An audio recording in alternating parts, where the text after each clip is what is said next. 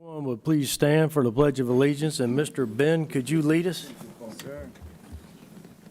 I pledge allegiance to the flag of the United States of America and to the republic for which it stands, one nation, under God, indivisible, with liberty and justice for all.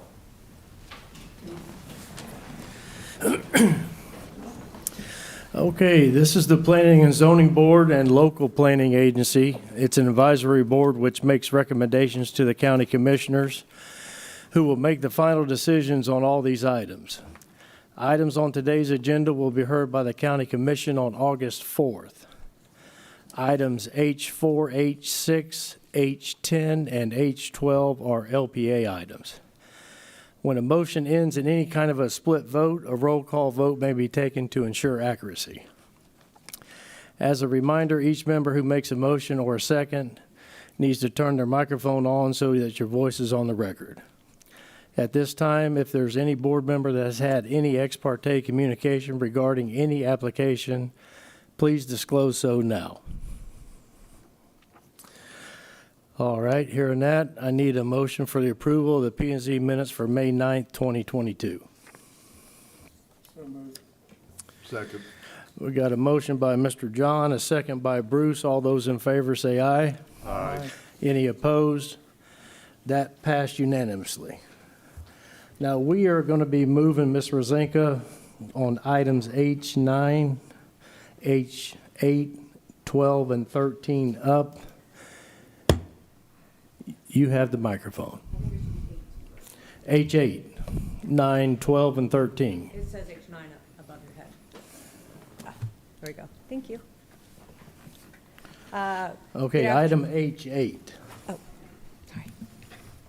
Good afternoon, Planning and Zoning Board. The first item tonight is item H8, DeRosa Holdings LLC, represented by Kim Rosenthal, requesting an amendment to an existing BDP in an RU2-12 zoning classification. The tax ID number, or the PZ number, is 22Z00022, and the tax account number is 2534267. It is located in District 2.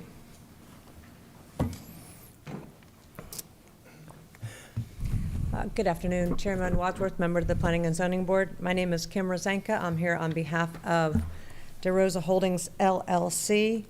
This is property 2050 South Atlantic Avenue, Cocoa Beach.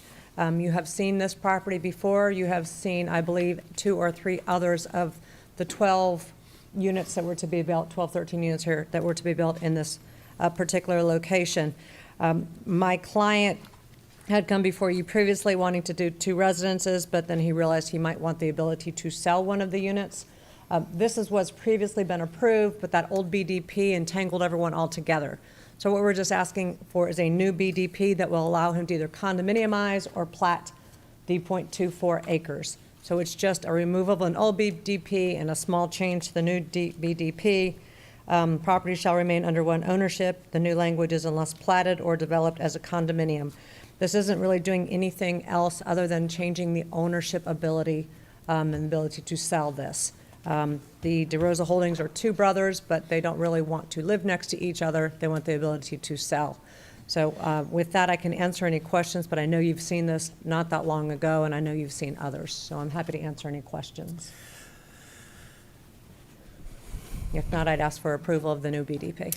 Ms. Kim, hold on one second. Let me take it out to the audience. Does anyone in the audience would like to speak for or against this item?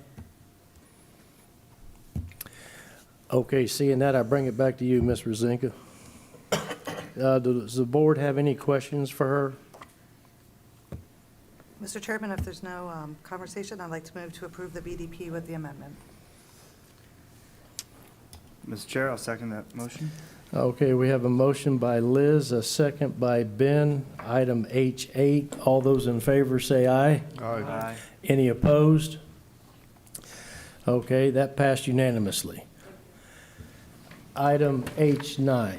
The next item is H9, Island Bluff LLC, represented by Kim Rosenthal, requests a change of zoning classification from BU1 and INL with an existing BDP to SR, removing the existing BDP and adding a new BDP.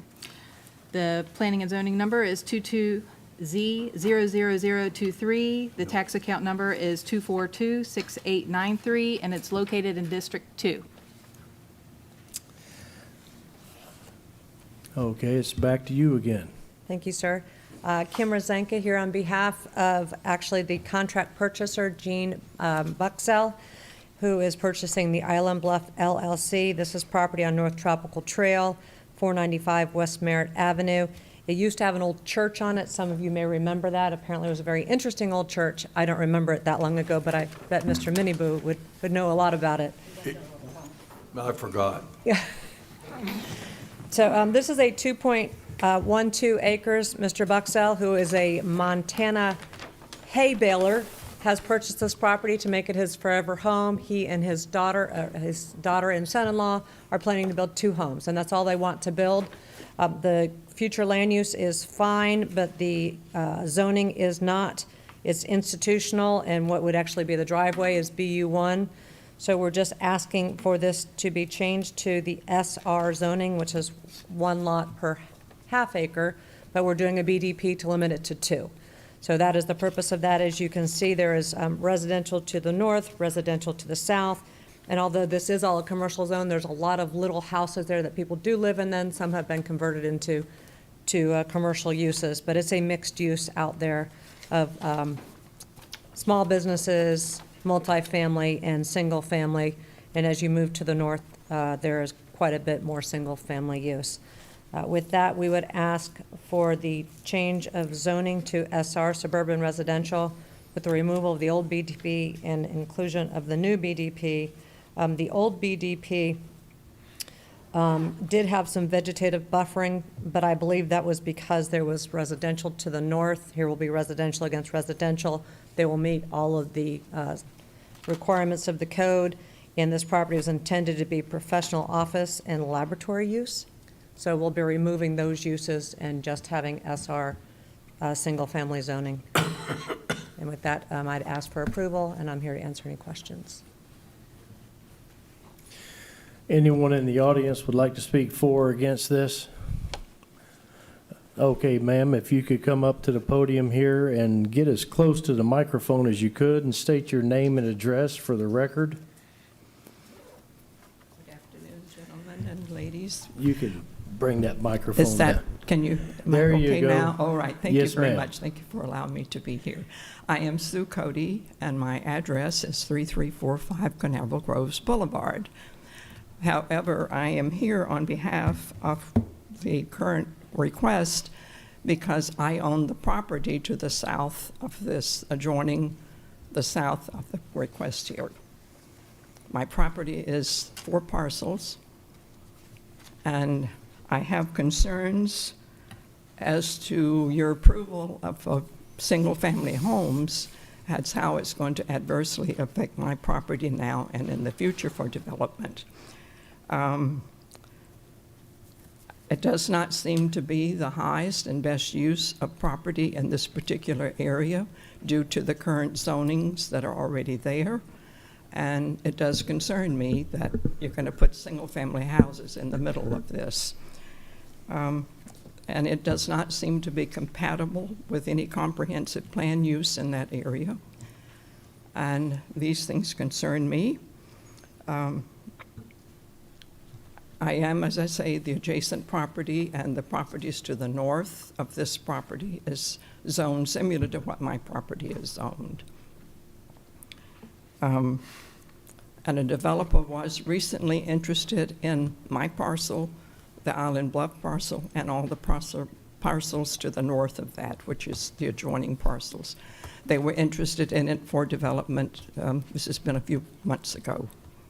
Okay. So I strongly object to the approval for single-family homes in that area because I do not feel it's the best use for Merritt Island development properties.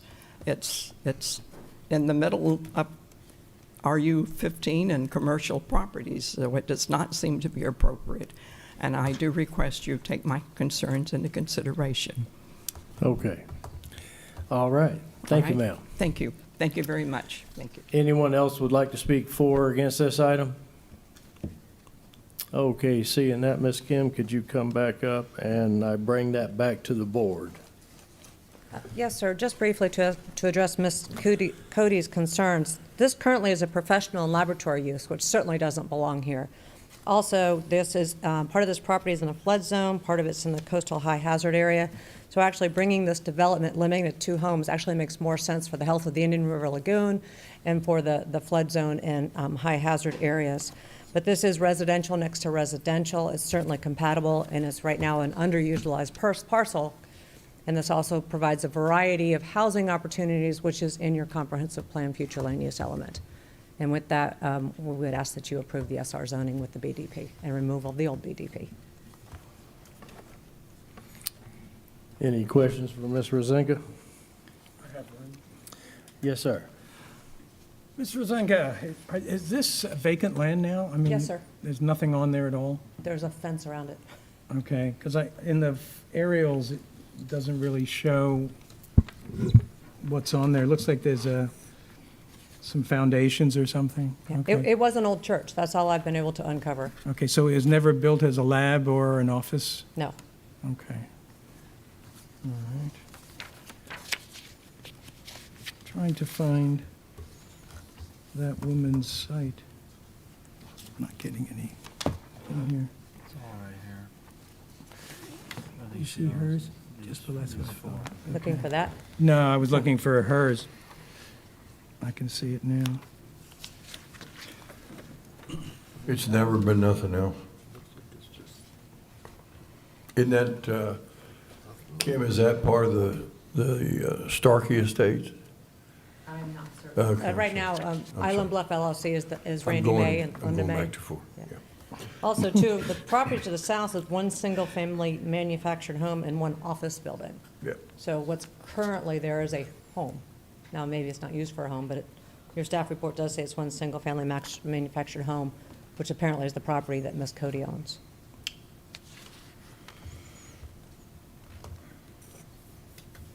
Mr. Chair? Yes, Hi, Mr. sir. Kim, just gonna go down the line here. Sorry, I showed up late, by the way. Are you hooking up to sewer? Yes. Okay, all right. I didn't see any negatives on the school concurrence data. Public safety looks all right as well, and utilities looks okay as well. It did say there was no gopher tortoises, no scrub jays. It said it may impact native trees. Is there mangroves along the river line there? I'm sure there are. Yeah, are those mangroves going to be affected at all? I don't know, to be honest. I mean, they're still working on their site plans and their building plans, so, I mean, they're allowed to impact them to some degree. If they want to dock, obviously, they have to meet whatever environmental regulations are in place at the time. All right, thank you, Mr. Rosenka. Yeah, thank you.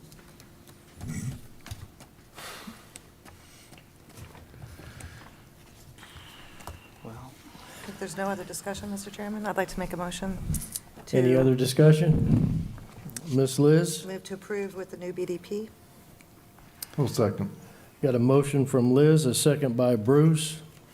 All those in favor for item H9? Does that include the removal? Yeah, the Yes. removal. Yes. Okay, thank you. And adding the new one. Thank you. With the new BDP. Thank you. All those in favor for H9? Say Aye. Any opposed? That passed unanimously. Thank you. Okay.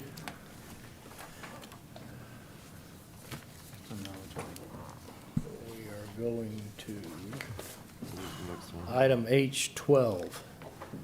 Item H12 and H13 are companion items. I will read them as separately, but they will each need their own motion and decision. Item H12, Jacob Aaron Corporation, GG2 LLC, the BDM Financial Corporation, Michael and Lori L. Melsner, represented by Kim Rosenka, request a small-scale comprehensive plan amendment from NC and CC to all Res 15. The PZ number is 22SS00006, tax account numbers 2312160, 2312187, 2312225, 2312301, 2312312, 231-2307, 231-2339, 231-2276, 231-2262, 231-2334, 231-2264, 231-2333, 231-2332, 231-2260, 231-9284, 231-2251, and 231-2250. This is located in District 1. Mr. Chairman, before you have discussion on this, just want to point out to the board members that you'll notice that this acreage is 20 acres. Recently, DEO have changed the requirements for small scales up to 50 acres, where before they were 10 acres. So it's still 20 acres, still considered a small scale. Thank you.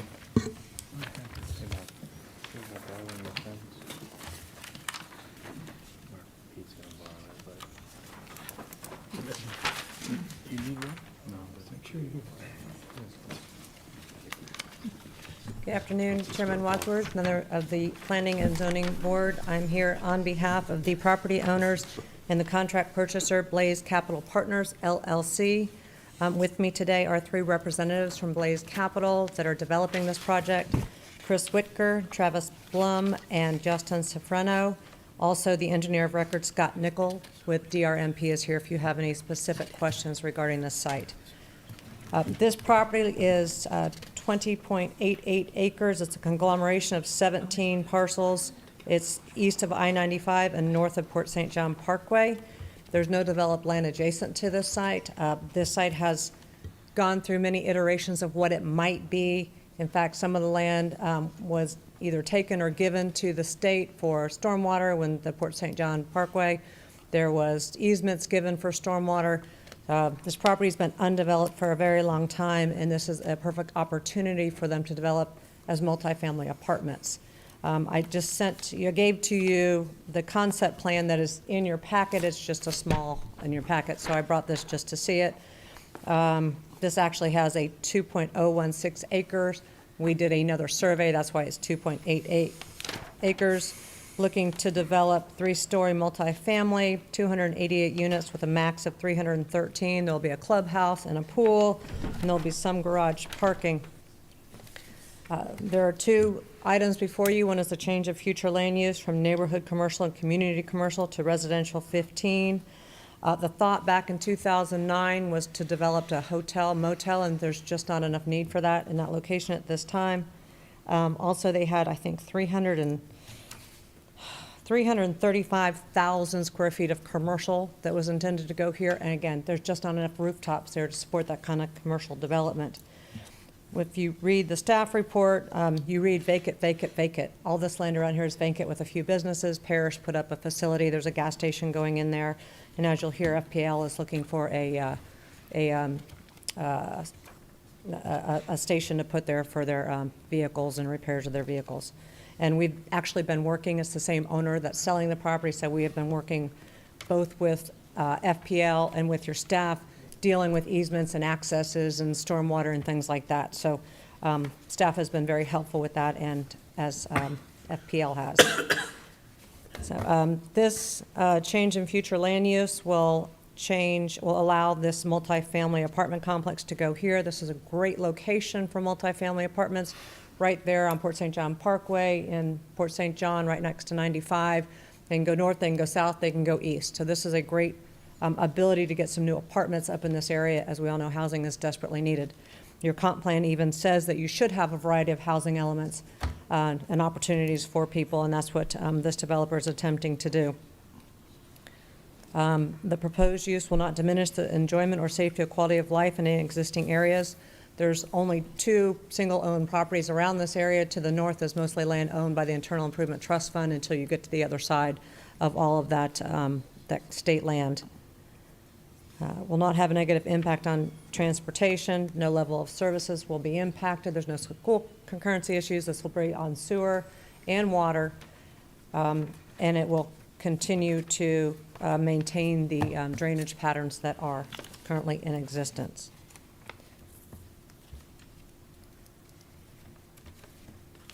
And that is why I would ask you change the NC and CC future land use to residential 15. I'm going to go ahead and go into the rezoning aspect. Obviously, you've already Kim, seen. I'm sorry, we did not read that into the record by accident. Oh. If you'd like to talk about the rezoning, we can read that item in together, that we Okay. can discuss both the aspects of the land use and zoning part of that. I do want to point out to you guys and gals that the site plan that Kim just submitted has not been reviewed in conformance with the land development regs. Just, it's a concept plan. Correct. Thank you. Yes, ma'am, please. Item H13, Jacob Aaron Corporation, GG2 LLC, the BDM Financial Corporation, Michael and Lori L. Melsner, represented by Kim Rosenka, request a change of zoning classification from GU, BU1, and TU2 with an existing BDP to all RU2-15 and removal of the existing BDP. The PZ numbers 22Z00027, tax account numbers 231-2160, 231-2187, 231-2255, 231-2301, 231, 2312, 231-2307, 231-2339, 231-2276, 231-2262, 231-2334, 231-2264, 231-2333, 231-2332, 231-2260, 231-9284, 231-2251, and 231-2250 in District 1. I did want to mention, too, with the change of future land use to Res 15, the future land use policy 1.4 criteria does indicate that it's appropriate for these types of future land use for areas located east of I-95 and areas with access to arterial or collector roadway without impacting existing or designated lower density intensity areas, and this will not do that. For the rezoning, we're requesting a change from GU and TU2 and BU1 and removal of an old BDP. That was the one that limited it to a 220-room hotel and 335,000 square feet of commercial space. Again, this was never developed. This property has been in ownership of Jacob Aaron Corporation and BDM Financial Corporation for a long time. This will have centralized sewer and connect to potable water. There are no traffic or school concurrency issues. This is a challenging site to develop because there are some wetlands on it which will be limited impact according with your code and comp plan. And also there are some drainage easements along the frontage, and there's the county pond to the west. All of those will be taken into account during site plan, and we've been working on that. Scott Nickel, as I mentioned, is here if you have any questions about that, but those are truly site plan issues, and again, you just have a concept plan in front of you. Although engineering is underway, it's certainly not complete. And again, as I'd mentioned, we believe housing is certainly needed in Brevard County, and rental property, new rental property as well. And with that, I would ask that you also approve the rezoning, remove the BDP, and there's no new BDP, so just a removal and a new zone. Thank you. Hold on one second, Ms. Rosenka. Anyone in the audience would like to speak for or against this item? Okay, seeing that, I bring it back to the board. We have any questions for her? Yeah, Scott's here, isn't he? Yes, sir.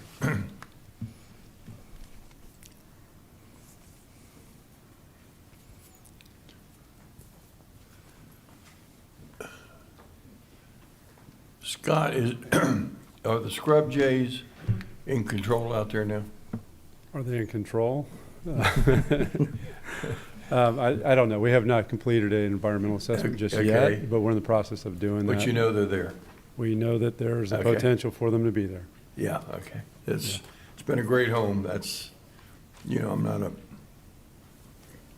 I know the problems I had when I was. We'll make sure that we go through Yeah, all take care of the it. processes and all that we need to do. Do you remember the year we built that road? Yeah. No, I don't. Kim? Yeah, it's great. I built it and I can't help you. We designed it and I can't help you. Yeah, I know. That's all I had. Thank you. Mr. Chairman? Yes, sir, Mr. John. Yes, Is this for Kim or for the engineer? for Ms. Rosenka. Okay. You said you've been talking to FP&L, because they're on the agenda today, too. Yes. For the land just to the east of this. They're going to put up an administrative office building, a warehouse, and a vehicle maintenance garage. Yes. Do your clients have any objection to what they're doing? I do not believe so, but I'd let the land development director talk about that. Most of the issues, one, they're having substantial screening, we know, because we've seen their plans as well. And also, we're dealing with some easement issues with them and stormwater issues. So they've been talking, and actually, I think they used to work together. Yes. So, Okay. no objections to, yeah. None at all, okay. Second thing, I noticed that the school district has designated Fairglen Elementary School for this area, which is quite a distance. What are the chances of the developer putting in a playground for the children that'll be in here? We've got, according to the school district, about 56 children will be in that development with 313 units. Can anything be done for them? Because it's a far distance for them, for their school to go and play. And it might be nice, you have a pond in there. I don't see you even having a pool. Is there a pool? I Yeah. didn't see it. I saw pond. Now I'll look at the bigger map. Ah, there it is. Okay, I had the small drawing. Hi, how are you? It's Chris Whitaker with Blaze Capital Partners. And your address, please, sir. Address? Your address. 3256 Northwest 60th Street, Boca Raton, Florida. Yeah. The plan is certainly just preliminary, but certainly we anticipate incorporating playgrounds, basically pocket parks to the extent we can, for sports fields, dog parks, et cetera. So very family friendly, for sure. It's obviously that's the demographic we're going for. So, Okay, and you don't have any issues with a maintenance facility being next door? not with the screening that's going to occur, and obviously the separation of the two. So I think we're very happy with the site as we continue to evaluate the plan. But yeah. Okay, all right. I have a concern for the children that'll be in your project, so. Yeah, absolutely. If you No, will we consider would- that, it'd be great. Absolutely. We'd love to. Thank you. Sure. Yes, sir. Got a question concerning the utilities, water and sewer. Thank you. Thank you, sir. Do you have the plants that, and the capacities of those plants that will be affected here? Yes, we received confirmation at this time there was capacity for both water and sewer. Do you know the percent capacity? I do not, Okay. honestly do not. It's a little short up there. Understood. Okay. This is all city of Cocoa, water and sewer, right? It's cocoa water. Right, And- Cocoa water, And sewer, I'm pretty sure. yes. Mm-hmm. I'm not sure what plant you were Well, more from the sewer plant. Not for, necessarily, yeah. the county sewer plant? Yeah, Okay, yeah, this will go to the Cocoa sewer plant. okay. Mr. Chair. Yes, sir. I just want to discuss briefly among the board about the ingress and egress of this. I see the resident entry and the resident exit, and then the main entry and main exit. Do we want to have two separate exits like that, or should we just have two main, both of them be the same main entrance? Reason why I bring that up is, we have 313 apartments here. To have one just for residents and one for main entry, main exit, I feel like could be a little bit limited compared to having them both as main entrances. Just discussion amongst the board. Yeah, I believe with this number of units, they're required to have two means of egress and access and Yeah. egress. Okay, so it's Because good. it's over 200 units. All right. Okay. One's gonna be a left in, right in, right out. Okay. Yeah. You're not gonna be able to cross that median. Okay. The other one you can. All right. Yeah, the other one, you can see in the picture where the light pavement is, that's the limited access. Yeah. Limits of the 95 limited access corridor. They're not letting you in there. Well, yeah, we did the gas station, well, the proposed gas station right across the street from this, and we did get a eastbound right turn lane approved. So I'm assuming they will be able to get a eastbound left as well, without too much problem. I think that's, Bruce, that's a termination point there. Yes, That's sir. why they picked it. Yep, absolutely. Scott, Yeah, you can't right? move that, you can't move that access any further west than they have it shown. Mhm. All right. Thank you all. Yeah, other than that, you got your work cut out for you there. I can tell this layout wasn't done by an engineer because there's not much retention on it, but I'm sure you'll work your magic on that one, Scott. You could be back. Is it, yeah. Is this good, these are 3-story, but could they potentially go 4 if they needed to get the density? Or is the height limit restrictive? I think the height's going to limit it because of the zoning next to it.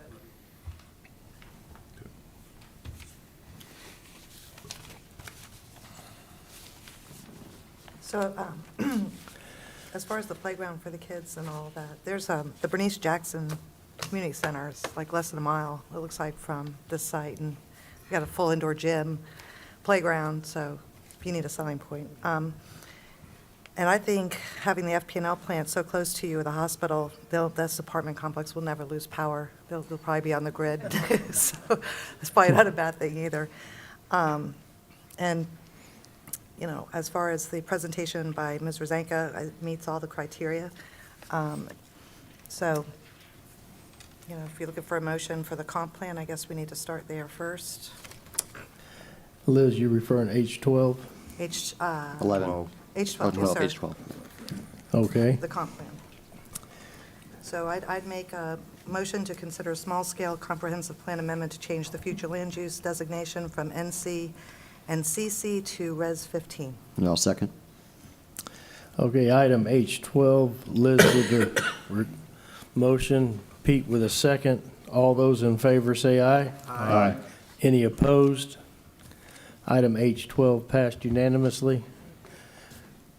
We need a motion now on H13. Mr. Chair, I'll make the motion for H13 for approval. Including the BDP? Wasn't there a BDP? Removal. Oh, removal of the BDP. Removal. Yes. A second. You want to discuss the BDP real quick before I make a motion? It says there's an existing BDP. Yes, and there is. so we're removing that BDP, correct? That's the Okay. request, Yes. All right. All right, so I'll make a motion to approve a change of zoning classification from GU, BU1, and TU2 with an existing BDP to RU215 with removal of existing BDP. Second. Have a motion by Pete on item H13, a second by John. All those in favor say aye. Aye. Any opposed? That passed unanimously. Thank you, and thank you for accommodating my schedule. Well, hope you can make the city council meeting.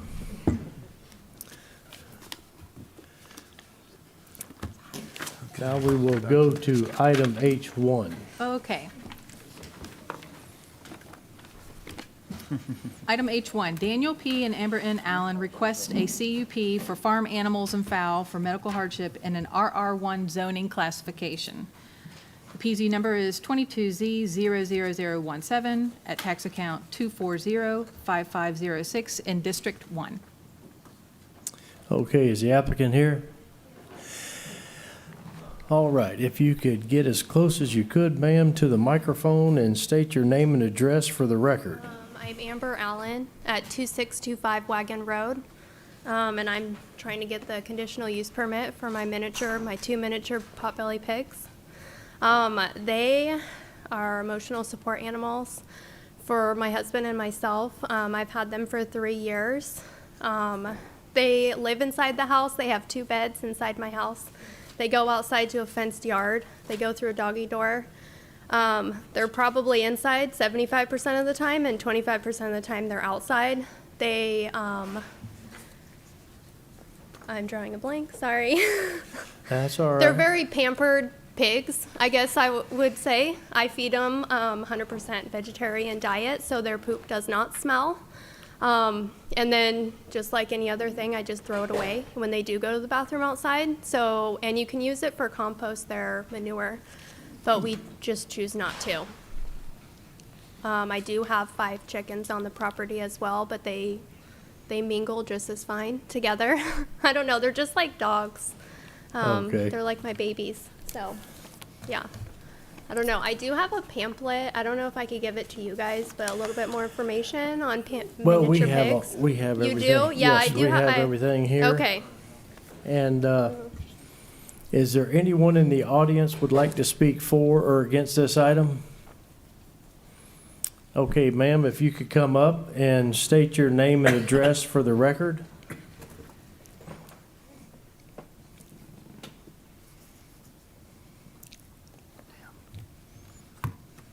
My name's Hannah Clow. I live at 2574 Trotters Trail. I know these pigs. I'm not probably like a farmer type of person, but I do know that you have to have at least half an acre to have a horse on your property in the county of Brevard, and these pigs have over 2 acres of property to go on. They're not even a quarter of the size of a horse. These pigs are very pampered. I have 4 special needs children that spend a lot of time with these pigs. They feed them by hand, they pet them, they lay down with them, they sit with them. Don't take the pigs away. That was another thing. I live within 500 feet of their house. I never got a letter to be here today. Everybody else who lives farther than 500 feet got a letter. If I lived that close and these pigs were a nuisance, I should be able to hear them. I knew these people 6 months before I even knew they had pigs in their house or their yard. So Okay. you clearly cannot hear these pigs at all. Okay, thank you, ma'am. You're welcome. Anybody else would like to speak for or against this item? Seeing that, ma'am, could you come back to the podium? And I'll bring it back to the board. Do we have any questions for the applicant? Yes. Mr. John. Where do we start? This was an interesting case, and I spent a little time on it. Can you tell me the breed? They are a mixed breed of Vietnamese potbelly pigs. There's no purebred potbelly because they're all like intertwined, but they only get to like 15 to 20 inches high. But they're Vietnamese potbelly pigs. Okay, did you know that the Vietnamese potbelly pigs are on the UN endangered species list? I didn't. I do. Are these pigs neutered? They are. Both of them? Yes. Yep. We got them neutered when they were 11 weeks old when we first got them. Okay, that kind of runs afoul of extinction, doesn't it? One thing for you guys, you have the wrong site marked here on your chart. If you look at the maps, you're showing a different site than the one that they live on. How long have you lived there? 3 years? 4. 4 years? How big are they going to get? Do you know? They're 3 now, and they're, like I said, they come up to my knee, and they're on a pretty strict diet. So right now they're probably like 125 pounds. Twice the size of my Labrador Retriever. Okay. Where'd you get them? We got them from a farm in Apopka. Okay. Yeah. And they raised them? Yeah, they had a, it was a potbelly pig farm, I guess you'd say, and they raised them. Okay. Submitted in this documentation were these certificates? Yes. Okay. In the documentation itself, it said you had a medical need? I do. Okay. Both of my husband and myself. Okay. These are not medical needed, by the way. These certificates, according to the website of this company, Register My Service Animal LLC, it says that you don't need to have a doctor's prescription for this, for them to give you a certificate. Yeah. I mean, but we had to get a doctor's certification to, I guess, turn in the paperwork to show you guys that it is for a medical hardship. So there should be 2 There is. letters, yes. Yeah. And I'm not sure how far into that we can really go. So I don't know if Yeah, we we're might wanna just here stop about that a here. CUP. Yeah, I agree. Yeah, let's, No, So, I was just curious. The other thing is that this, in the document, in the, what staff wrote, it said that the chickens had to be on a separate CUP. Is that correct, Jeff? They can have up to Just 4 have a chickens rooster. per half acre without requiring a CUP. you just can't have a rooster. Yeah, they can't have a rooster. Yeah, that would be annoying. Okay. All right, that's all I've got. Mr. Chair, the CUP expires after 5 years Mhm. or upon the sale of the property. They met the medical support on the property requiring the CUP and the application, so I would move to approve the conditional use permit for the 2 potbelly pigs as medical support animals. I'll second that. Yeah.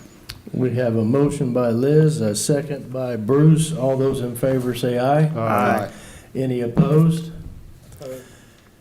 We have 1 opposed. So that passed. Thank you. All right. Thank you. Thank you, ma'am. Okay, item H2. Item H2, Evan Bales and Kelsey Godfrey, represented by Charlene Morgan, request a CUP for a guest house in an RU 1-11 zoning classification. It's PZ number 22Z00024 for tax account number 2522454 in District 2. Okay, is the applicant here? And ma'am, when you come up, if you could state your name and address as close to the microphone as possible for the record. Yeah, I'm actually the agent for the client, so I'm going to give you his address. Is that correct? If you could get close to the microphone. I'm sorry, did you hear what I asked you? Yes. Okay. All right, so my name is Charlene Morgan. I am here for Evan Bales and Kelsey Godfrey, and they live at 1770 Miley. And they're asking for, his mother is ailing and not doing well, and they'd like to be able to build this little guest house for her in the back. All right. Is there anyone in the audience would like to speak for or against this item? All right, seeing that, I bring it back to the board. Do we have any questions for the applicant or the representative for the applicant? I have a question. Are they putting a kitchen inside? No, sir. No kitchen at all? No, sir. Okay, so she'll have to eat with them? Well, I guess we should go back into the house, at least with them.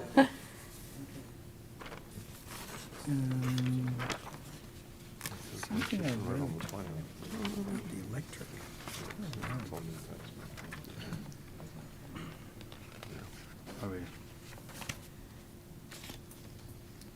Is it going to hook up to the sewer, or is it going? We have outside? that, we're in the process now with the septic tank company. They've had us resubmit his existing system with no bedroom, and we've already had the tank evaluated, so I am waiting on that final word from the health department. And then the water will go into the city hookup before the meter, so he'll get 1 bill. Okay. Is there going to, my computer died, I lost all my docs. I can't, this is a corner lot, right? No, sir. It wasn't? Okay, Here, so actually, they're I can going show you. One way in, one way out? That's- Yeah, and so what I was showing you here, here's the Yeah, new it's bill. back in the corner, I remember Existing, that. yes, and then here you can see that's Google. So here's his property, here's the next street, so there's 3 or Okay. 4 houses here. It's almost a shed, I mean, really. Yeah. There's a lot going in that neighborhood. Yeah. Really? I'm waiting on you, Mr. Henry. I'll make a motion, we accept it. I'll second. Go ahead then. A motion by Henry, a second by Ben. All those in favor say aye. Aye. Any opposed? That passed unanimously. Thank you, sir. Thank you. Okay, item H3. H3, William and Jeanette Gonedridge request a change of zoning classification from AU to RR1. It's PZ number 22Z00018, tax account number 200 372 in District 1. Is the applicant here? All right, sir. If you could state your name and address for the record. My name is William Gonedridge. I live at 9610 Woodland Ridge Drive in Temple Terrace, Florida. All right, and a little bit about what you're wanting to do here. Well, I'd like to build a house out there, my wife and I, and it's more property than what we need, and we'd like to be able to have a property in front and go ahead and have our son move there. Or Okay. rather a relative or a friend, but it's more property than what I need. All right. Anyone in the audience want to speak for or against this item? Well, that's good news. All right. So this be similar to what your neighbor's doing, where he has basically a lot up front and a flag lot to the back? Is that kind of what you're talking about? Yes, sir. Okay. And then you'll agree to the BDP limiting the development to a total of two lots? Correct, yes, Okay. ma'am. I have a question. I read in the report that to create the flag lot, that's a whole separate. It is. That's a whole separate process. Yeah. Yep. Yeah, the flag lot is a separate administrative approval with an application fee. Okay. And that's probably just like creating a new legal description for the two parcels? New legal descriptions, new sketch of descriptions. It gets reviewed to make sure that it's in compliance with our access code. Okay. So the flag stem has to be at least a minimum of 25 feet. All right, thank you. I was just curious on that. Based on everything I see here, it's something that I would support, so I'm not sure. Is that a motion? No, not yet. It's just a statement. Yeah. I'm looking at this. Yes, sir. These are the two buildings you want to put in? Yeah, one's a little metal building, a barn, the other one's going to be a residence. Okay, so you're going to have, where these two are, you're going to have two homes, correct? No, the lot in the front, This one? yes, that would be a separate lot. Okay.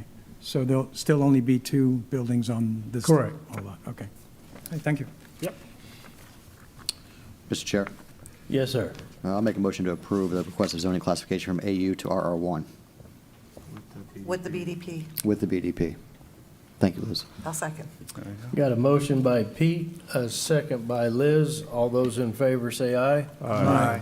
Any opposed? That passed unanimously. All right, thank you very much. Y'all have a great day. Thank you, sir. Thank you. I'm stealing your stuff here. No, go ahead. Oh, that's the next one. I know you need to read it. No, she's got it. Okay, item H4. Okay, item H4 and H5 are companion applications. I'll read both in, but they will require separate motions and separate decisions. H4, Andrea Bedard and Nicholas Boardman, represented by Ronald Treharne, request a small-scale comprehensive plan amendment to change the future land use designation from Res 4 and NC to all CC. Okay, sir, you're the applicant? Yes, sir. All right, if you could state your name and address for the record. My name's Nick Boardman, and my address is 26 Park Avenue, Rockledge. And a little bit about what you're wanting to do here, Mr. Nick. So my intent is to go ahead and request a future land use change from Res 4, NC to CC. So I can then request the zoning change to BU1. Just a little bit of background. The reason why I'm doing this is I currently, me and my wife, we own a small motel to the west of the existing property. We've owned it for about 2 years, and we have, during the operating the business, we've identified a need of, as you guys know, in Brevard County, there's a shortage of housing, and we've identified a need where contract workers need to go when they're in the area. And we want to go ahead and request all these changes so we can build a complementary business on that plot of land to serve the need for the community. All right. Hold on one second, Mr. Nick. Is anyone in the audience would like to speak for or against this item? Okay. Sir, if you could just stay right there in the front row, and if you could come up one at a time. Mr. Chair, before you do that, let's have staff read into the zoning application as well. That way you can You wanna discuss read both of both? them. Yes, sir. Okay. And item H5, Andrea Bedard and Nicholas Boardman, represented by Ronald Treharne, Request a change of zoning classification from AU to BU1, 22Z00015, tax account number 2511124 in District 2. Thank you. Okay, sir, your name and address for the record? My name is Kurt Myers. I live at 1981 Rockledge Drive, have for the last 34 and a half years.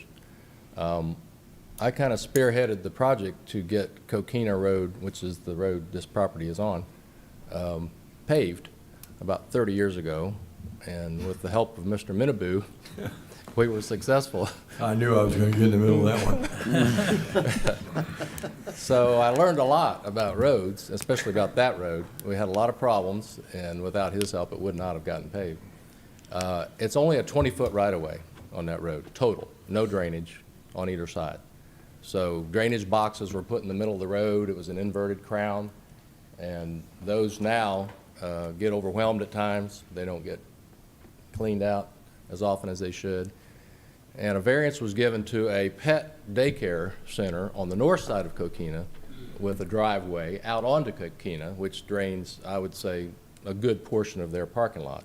So I stood there with a county employee one day and watched the sand under construction and the dirt just roll all the way down to the River Road to Rockledge Drive, overwhelming those boxes. So it's a no truck road, no truck signs on both ends, and it's just very limited use. And it's, of course, other than the properties right on US 1, it's a residential neighborhood with houses on the river, obviously of substantial value. I can't think of any renters in the area that I'm aware of, all residential homesteads. And so I would object to any commercial classification at all for that neighborhood, for that property. I think you've already ruled on a property to the north of that, the Harvey property, 20 acres of storage of all kinds. I'm not familiar with the project, but I would find it hard to believe that we need another acre of storage to meet the need for that area, for that market, on that one acre piece of land. So that's all it. right. I assume both requests are on the same property? Yes. Okay. All right, thank you, sir.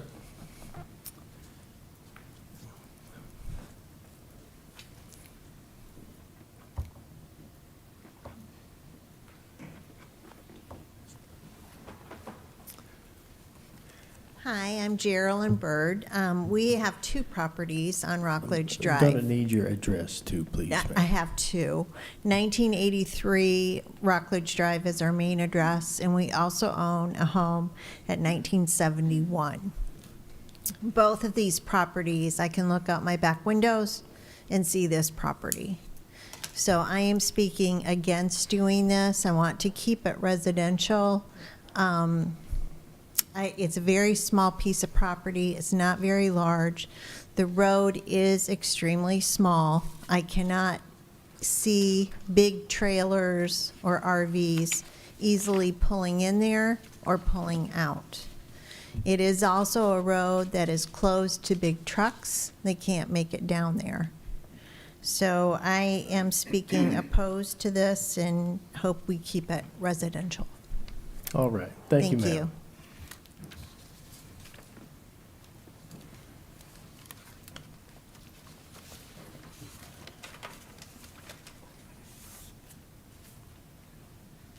Good afternoon. How are My you? name is My name is Susan Mills.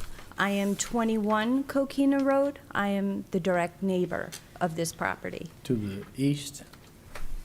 Don't ask me direction. Towards the river? Towards the river?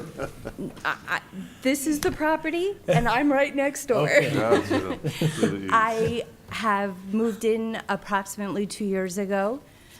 I am passionately against this. I have Okay. worked so hard on my property. If you Googled my property and saw what it was before and you see it today, you would not think it was the same home. I live by myself. I do not want people coming and going, tractor trailers, people by themselves, to come into my home area. I work from home the last 2 years. I cannot tell you how many times I have seen trucks come down our street and back up all the way up to Route 1. I will support the gentleman before me who had said that there's storage going in on Route 1. That's what Route 1 is for commercial use. This is a neighborhood. This is our neighborhood. And I just cannot tell you how passionately I am against it. Okay. Thank you for your time. Well, thank you.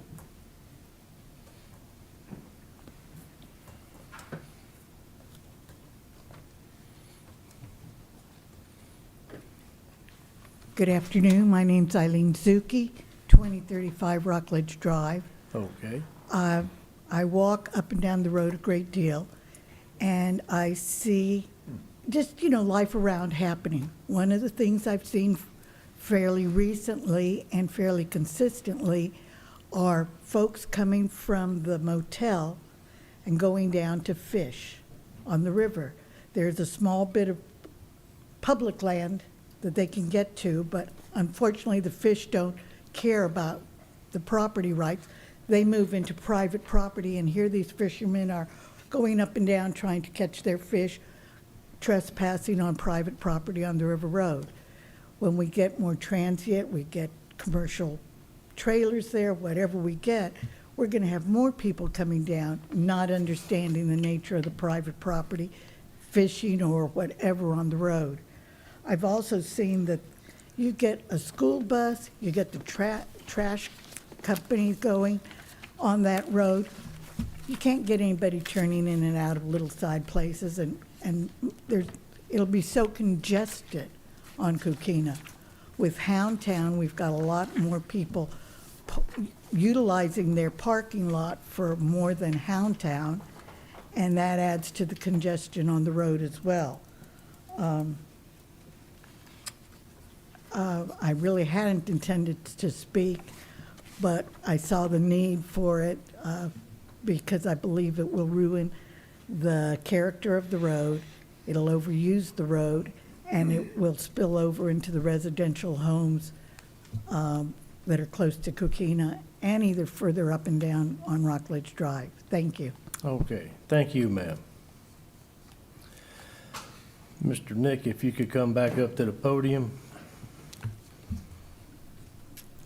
Let me be sure. Did I miss anyone want to speak for or against this?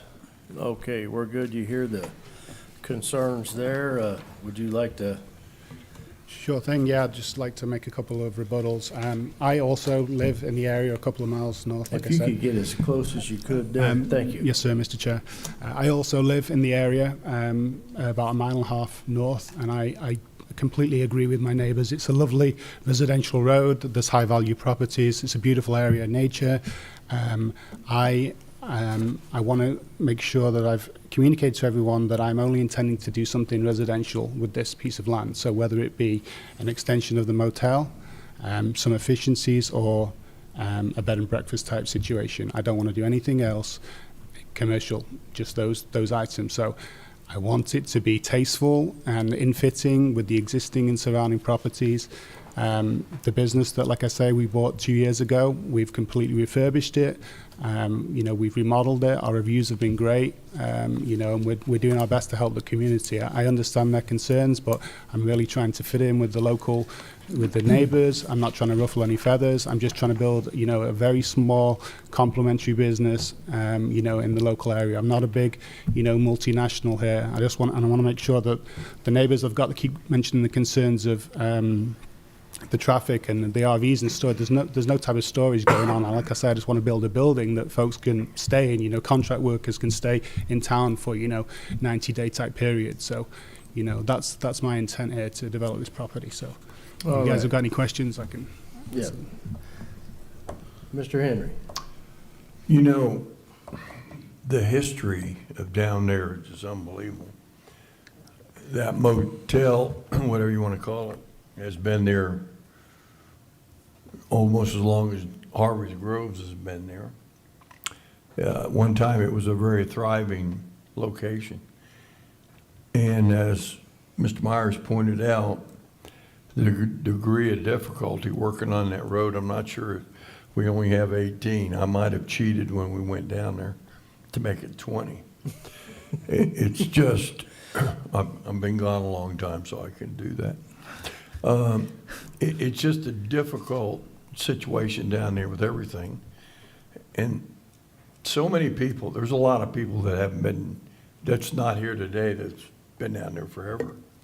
And that's where they want to terminate. And I just can't support anything on that road any more than what's there today.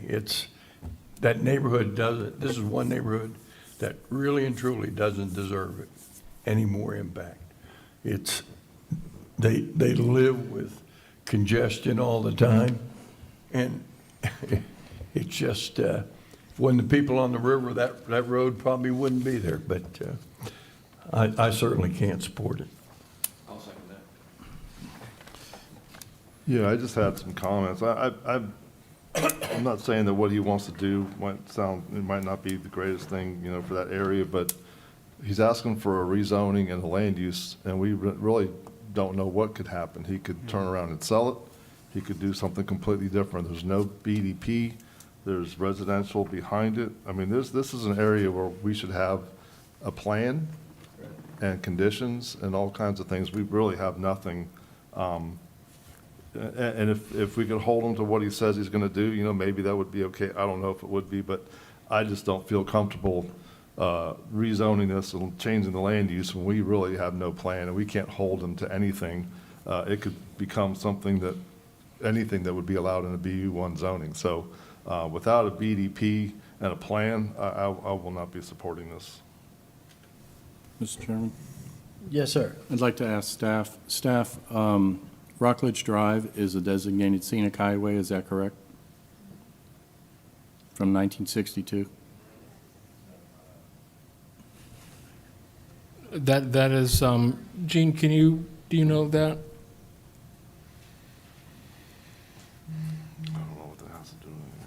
That's not something that we typically get into in the rezoning or comp plan. Well, I think that was the basis for the no truck on Coquina.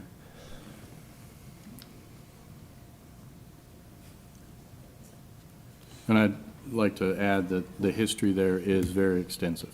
Yeah. And so the residents along Rockledge Drive and their accesses to that have allowed for waivers to the roadway width to ensure the trees, to ensure a number of things. So what several members have asked for was that special considerations for zoning in this area, because I believe it is a designated scenic highway.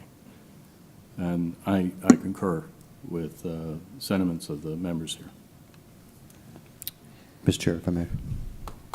Yes, sir. Well, she's getting an answer, if you don't mind. All right. I just want to ask staff real quick, what's the difference between a motor court, a storage facility, and a parking garage?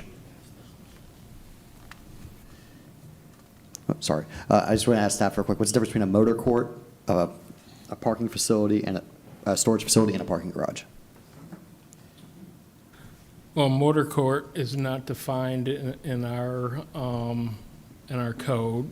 My understanding that a motor court is an old motel. As far as parking and storage, so BU1 allows for storage, however, it does not allow for outside storage. BU2, you would need to have that. So that's the restriction as far as outdoor storage, whether that's vehicles or materials or whatnot. All right. Thank you very much. I'm just going to share in sentiments here. There is already no trucks on the road. Staff, you can confirm that? There's no trucks allowed on the road on Coquina? That I can't confirm. We do not have someone from Public Works to identify that. So what I would tell you folks sitting up there is that it's really a site plan issue. They will have to make sure that whatever approval that you give them, they will have to go through the site development process where folks from Public Works, Natural Resources will review the site plans. If it's insufficient right away, they will have to design their site to accommodate additional right away, to accommodate whether it's a tractor trailer, a small truck, or box truck. On a road that's already having problems? That is correct. Okay. I have concerns about the close proximity of this to the Indian River Lagoon. I do also feel it will affect the character of the community, and I feel it's inconsistent. And then even in the staff report here, I wanted to highlight this request may be considered an encroachment of commercial land use into residential area, and I agree with that statement as well. So I will also be dissenting here. Thank you. Mr. Chair. Did you consider getting access from the motel and going straight back rather than encroaching on Coquina Road? We did. This is Ron here. This is the site plan I've been working with architect. My understanding, I mean, I'm new to this, process completely, so my understanding is I would need to go ahead and get the relevant permissions to do something with the land before we went to the stage where we'd be, doing a full site plan and involving the environmental folks and so on. But yeah, that is an option that I would gladly consider, an entranceway, for example, off US 1 to the north of my property to come round back that way, or potentially giving up some land on the Coquina Road side, maybe 10, 20 feet, whatever it took, to make the road be wider in that area to allow in an access. I'm just, again, From the comments here, I don't think they want that on their road. What I was trying to do was to facilitate you putting something in there, but without using Coquina Road at all.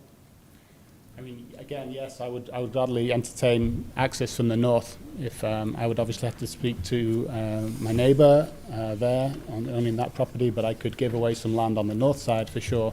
You can't do it on your existing property? I probably could, yes. I haven't looked into it in that much depth. But I would definitely be open to that for sure. I mean, again, just to repeat myself, I'm interested in a residential property here, nothing intensive. But I think We had discussions with StoreSafe that they wouldn't do any outside parking for anything. There is purely internal storage. It was one of the objections that this board had, was that we didn't want to have any trucks or anything parked out there, or RVs. So you're saying something similar, that there wouldn't be any vehicle I parking? mean, just personal folks' vehicles, yeah. I certainly don't want any commercial trucks on the property, yeah. No storage is planned at all. It would be, like I say, a residential where folks could sleep, and that's it. Mr. Chair. Yes, sir. While this gentleman works out the fine details, and maybe even hire a civil engineer, I'll make a motion to deny the small-scale comprehensive plan amendment to change the future land use designation from Res 4 and NC to CC. And I'll second for discussion. Yeah. I'm going to go back to the zoning part of it because, the residents bought their properties, and I'll go back to what Henry said, with the understanding that the only thing that could be built there was one single-family unit. And it's like to what they have. And what you're proposing is 43,996 square of commercial. No. Am I on the right one? No, I'm not proposing that. Mr. Chair, Outside of can I Coquina? interject for that for a second? Yes, please. I'm sorry, that's a little bit confusing, and why I say that is for concurrency purposes, we have to identify what the FAR is for any given land use. Which, there is absolutely no way that the applicant can do that and make sure that he has enough stormwater, parking, all that. But for concurrency purposes, that's how we do that. Okay, but still, they bought their properties understanding it would be like, and now we're talking about commercial. And B1, I mean, I looked up the uses, because again, what Mr. Moyer said, we don't have any rendering, we don't know what it looks like. I mean, you could do automobile repairs, sales, storage, automobile tires, mufflers, car washing, bowling alleys. I mean, there's a number of uses that BU1 allows. Hold on. And without a binding development plan, you could put a for sale sign on that tomorrow. We have no guarantees. And someone can come in and actually do any one of these uses: grocery store, motorcycle sales, overnight commercial parking, sale of alcoholic beverages. So I guess my point is I'm going to support denying this, because I don't think we've got enough information, nor do the residents, to move forward. So, thank you, Mr. Chair. Mr. Chair, Yes, sir. if I may, I also feel aligned with Liz. If you could access the property from the front, US 1, and you did come in front of us with a plan and maybe a limited amount of units that you plan to have on the property, it could be something that I would be in favor of. But today, with the information we have, it's something that I'm not going to be in favor of. Should I? Just 1 second. I mean, I didn't, again, I'm new to this process. I do have some plans here. I mean, I don't know whether I can show you them now or whether the time has passed, but I mean. Well, we've got a motion and we've got a second. I mean, we typically don't ask for plans, but this being such a unique situation, is this something we could table? Or do you shoot, I mean, we've got a motion and a second to deny.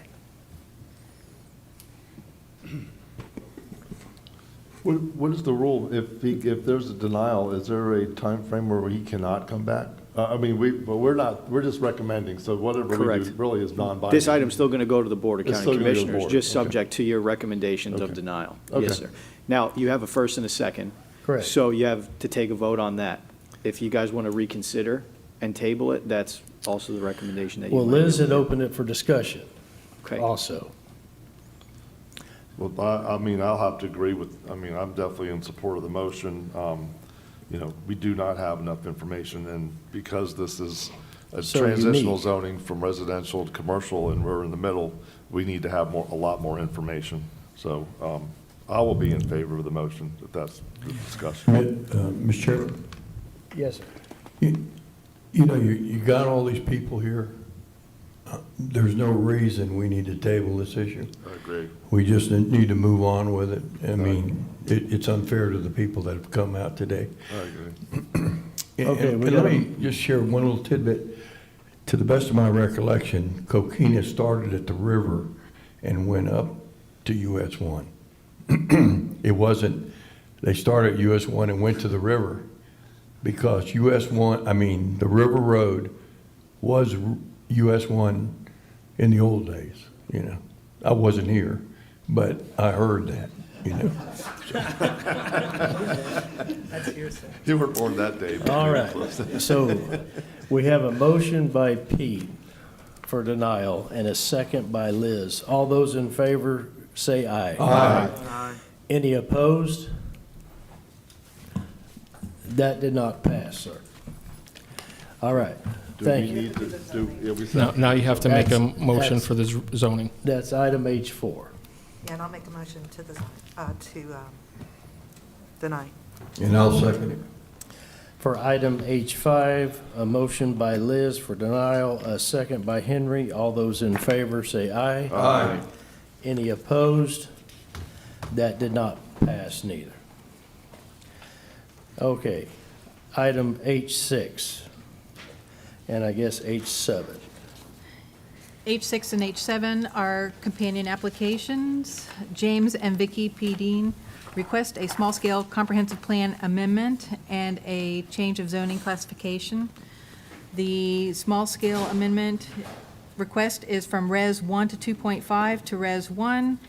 The zoning change is from AU to RR1. It is for tax account 2442557 in District 1. And is the applicant here? And you can pull that microphone down so you can get closer to it. I'm Vikki Dean, 3525 Canton Street. Okay, and a little bit about what you're wanting to do, Miss Vikki. We built 27 years ago, soon to be 28, on 2.5 acres. Love it out there in the country. We have a son, 26 years old, and we would like to give him an acre of it so he would be able to build a home for himself. All right. Anyone in the audience want to speak for or against this item? All right, seeing that, I bring it back to the board. We have any questions for Ms. Vikki? No, Mr. Chairman, this looks exactly like what the people to her south did, so I would recommend, I'll make a motion to approve. Second. And that's item H6? For the land use. Okay. We have a motion by Bruce, a second by Ben. All those in favor say aye. Aye. Any opposed? That item passed unanimously. Now we need to go to H7. I'll make a motion to approve H7 zoning change request. Second. Item H7, a motion by Bruce, a second by Ben. All those in favor say aye. Aye. Tell your son, welcome home. Thank you. We just got to get this by the county commissioners. Just got a good start.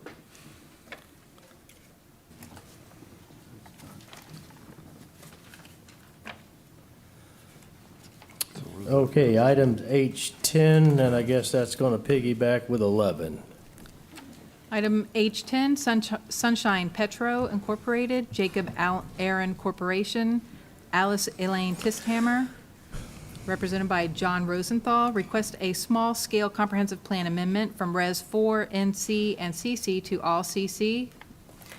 The PZ number is SS000003, tax account numbers 231-2189, 231-2249, 231-2191, 231-2201, 231-2205, 231-2203, 231-222, I'm sorry, 231-2233, 231-2234, 231-2213, and 231-2214 in District 1. There's also a companion rezoning for the same applicants requesting a change of zoning classification from GU and BU1A and BU1 with existing BDPs to all BU2 and removal of existing BDPs.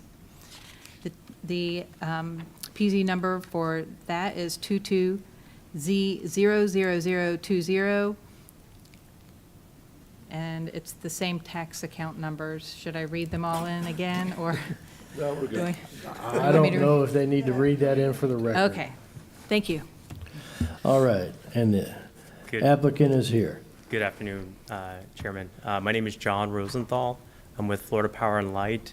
I'm representing Sunshine Petro, Jacob Aaron, and Alice Tisthammer on these applications. Before we go into it, is it my understanding that now we've read both of them into the record that we could proceed and discuss both of them throughout the present? We have a small presentation we want to make. Didn't want to go back and forth. Appreciate it. With that, my name is John Rosenthal again, Florida Power and Light. And what we're here today is to present a project that involves development of a new service center. And a service center is a property where we house our engineers, our line crews, maintenance techs, and administrative staff. We're looking at 3 separate distinct buildings. One is a 2-story, 25,000 square foot service center or office building. The other 2 is a vehicle maintenance garage. It's a 2-bay garage. And then we also have a stores warehouse. The service centers are a place that we maintain the electrical grid throughout the neighborhoods, throughout the community, day to day. But more recently, we've embarked on a strategy that involves positioning people in preparation for storm events. And it's a strategy that we embarked a few years ago. We established these hardened service centers across the state. We have one up in Flagler. We're actually building one in Indian River County right now, down off of Route 60 and 98th Avenue. We also have them in the southern area. But what this hardened service center enables us to do is pre-position storm riders or electricians, contractors, to be in site, be on property, and commence restoration once the all clear has been issued. We're able to bring in about 100 to 120 storm riders prior to storm landfall. And thus it allows us to start our restoration work much quicker. In years past, a lot of times the contractors, electricians, et cetera, might be stuck at the border or they might be farther north. This allows us to position people so that we're not only attacking a restoration activity from the perimeter, but we're also hitting it from the inside. So we're able to really commence our restoration activities much faster. It's a strategy we continue to evolve and do things from pole hardening to these types of facilities. We do have a brief presentation. I am going to turn it over to Kelly Klepper with Kimley Horn. They're part of our engineering team. He's going to go through a couple slides, and then we'll come back to me. I can answer some questions. We do have a site plan as well, and possibly some elevations that we might be able to share with you. All right. Good afternoon. For the record, Kelly Klepper with Kimley Horn and Associates, and my address is 1777 Main Street in Suite 200 in Sarasota. I do appreciate John referring to me as an engineer. I'm actually a land use planner, so we'll make that a clear distinction. But as John said, John gave you the reason why we're trying to do this, why this location, what's it going to entail at the end of the day. The one really important thing to note is when John's mentioning 100 to 120 of these storm riders and these folks coming in, these are not folks that are sitting there on a daily basis. It would be used, hopefully never, but just in case they have the facilities there to be able to react.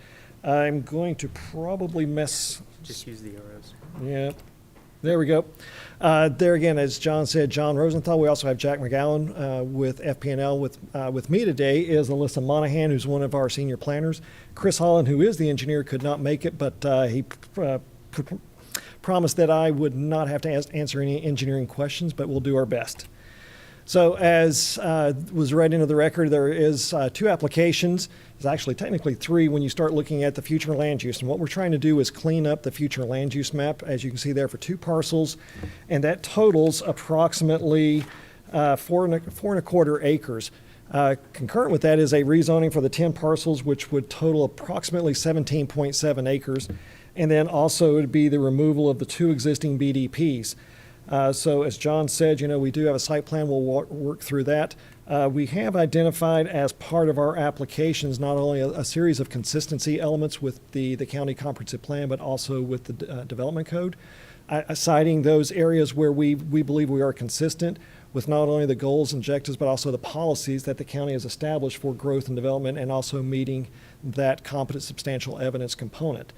As you saw earlier, we are along Port St. John Parkway at the northwest quadrant with Grissom. This is an area that, as you saw, is starting to see a little bit more develop. Right across from us, of course, is the Parish Healthcare Center, the Parkway Animal Hospital, and then the proposal that you had before you earlier this afternoon. So as you can see, we are pretty isolated from residential development, so it's not like we're abutting a series of residences or concerned with, like I said, abutting properties. At this point, the majority of the properties, especially except for those on the south side, are of course vacant. So when we talk about the existing future land use map, what you see there with the Res 4 and the NC, that neighborhood commercial, those are the 2 areas that we're talking about trying to clean up and just create that uniform application that in essence would look like this at the end of the day for that CC district. It is consistent and compatible and is also a logical extension of what's already established there, as well as on the south side of this quadrant. The county did envision some level of intensive development at some point in time, so we're just fulfilling that mission with what we believe is a very low-intense type of project. From a zoning perspective, we are asking for approval for the individual parcels. There's 10 of those totaling the 17.7 acres. There's a variety of existing zoning districts, and we would be asking to rezone to the BU2 to allow the service center. There again, what it would look like at the end of the day is a myriad of developments, whether it's the BU1, 2, also some additional GU, that government use zoning as well.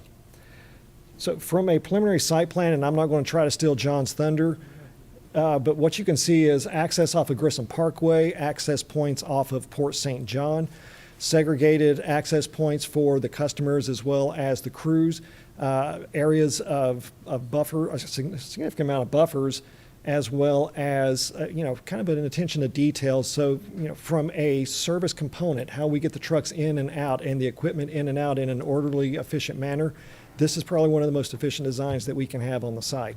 There again, we're trying to provide, especially along Port St. John Parkway, our main facility, and then the remaining facilities would be stationed further back off of the roadway itself.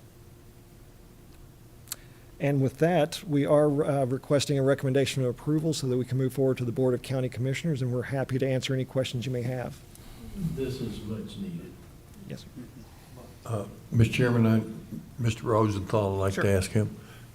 You guys use a broad term, service centers. Yes. Will this have an impact on any of the other service centers, i.e. being what we have on Merritt Island, et cetera? We're still evaluating those existing facilities. that are in the area. You know, we like to stage crews day-to-day as well as during storm events, so they could still be presences on those island locations, Merritt Island and other locations, but they are still being evaluated. This is a day-to-day facility. Yeah. It will be staffed day-to-day. Yeah.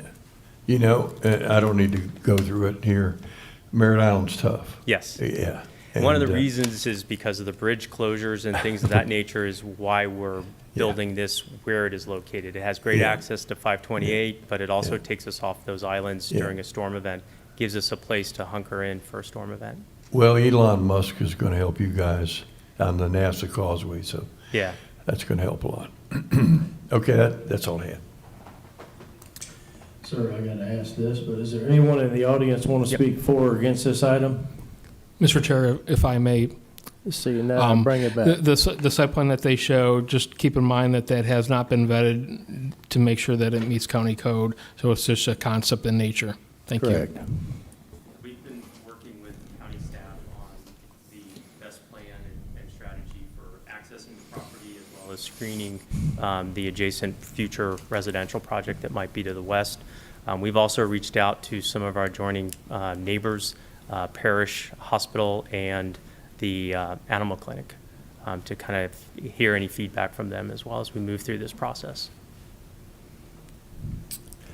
Okay, any questions for the applicant? Mr. Chairman. Mr. Chairman? I have one. 1 second, Mr. John.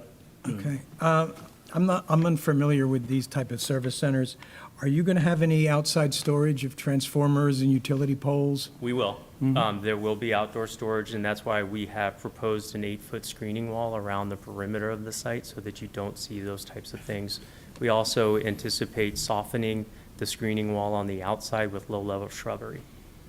But there is outdoor storage, and there's also vehicle staging. There will be vehicles positioned on property all night, every day of the week. Sorry. Okay. As far as access to the site, are you taking it off of Port St. John's Parkway or off of, what is that road? It's both, actually. Both? We have tried to create intersections at the existing curb cut that is shared with Parish, but then we're also proposing a second access off of Port St. John Parkway that is just to the east, right before the existing retention lake that's along Port St. John Parkway on the north side. But then third would be there's an existing access easement that runs along the north property line. And it's very important for us to gain access to address customers that are to the north of our site. So we've looked at developing a separate means of access, utilizing this existing access easement on the north side that would give us direct access out to Grissom Parkway. So there's actually access to Grissom and access to Port St. John Parkway that we're proposing. It's not been fully vetted with staff, but is No, I still being understood that. I'm pursued. just trying to get an idea of how you were planning. I don't know this. if it's possible to show the site plan a little bit further. That was part of the deck that was here. I'm Let happy us to. look. Come on. Okay, I'm sorry. Think how we can do that. It's not No, it's approved, I understand. No, I apologize. It's fine.